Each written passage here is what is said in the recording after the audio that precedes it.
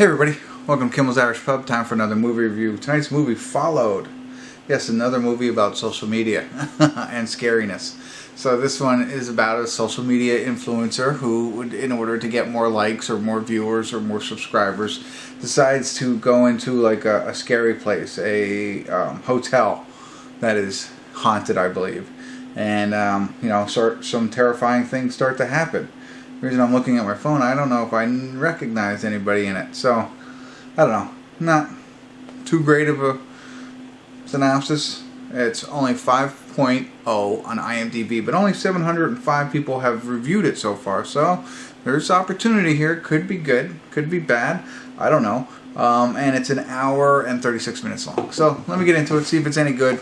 Give you a better idea what the synopsis is about. Then ultimately, I'll let you know if it's worth watching. Stick around.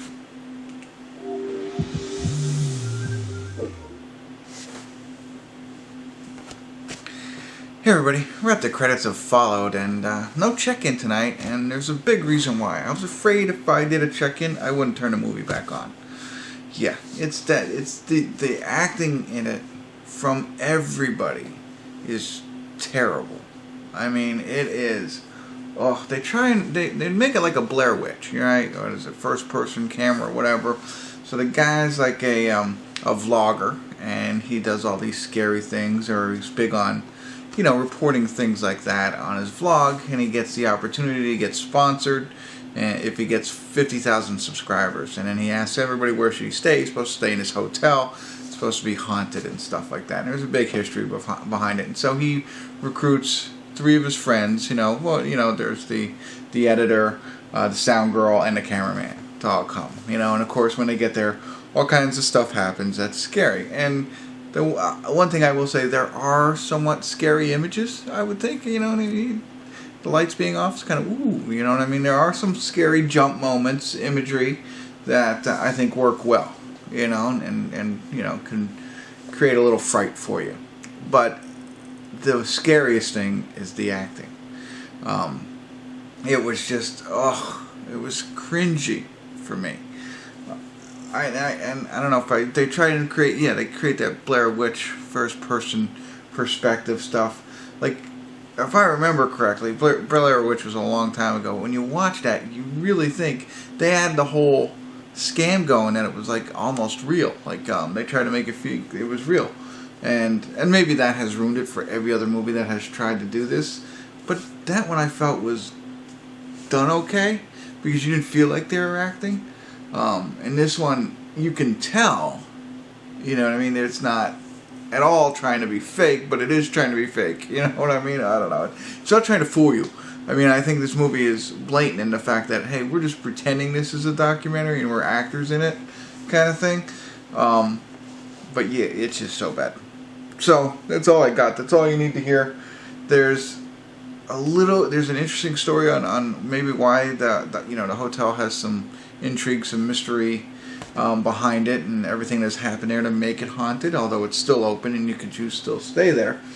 But the whole one piece of the story for the ending and the involvement of this whole thing is just really bad, because it's not built up. It's given to you at one point, and in one of the problems with the version I watched was the sound. I mean, for most of the movie it was good, but they played the music a little bit too loud at times when people were talking. So, it's supposed to be in the background, and so you hear it a little bit, but you couldn't hear what they were saying. And then they have a historian that they, call.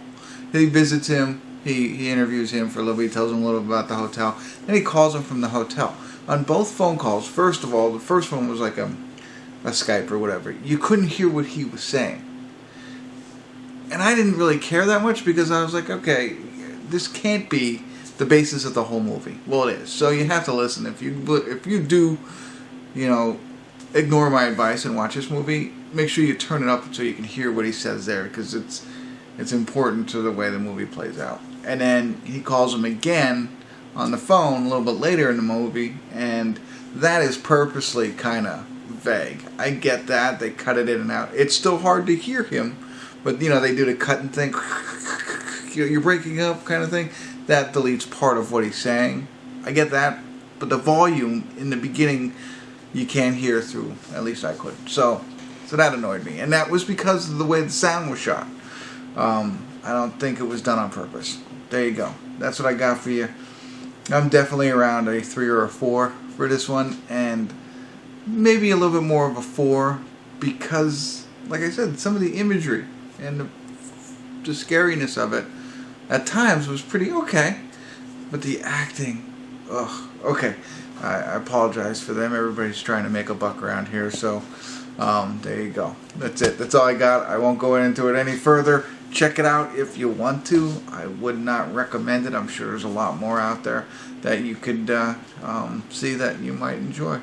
So hopefully I helped you. If you do watch it and want to drop me some comments, feel free. Love to hear your thoughts. If you haven't already, subscribe to my channel, of course.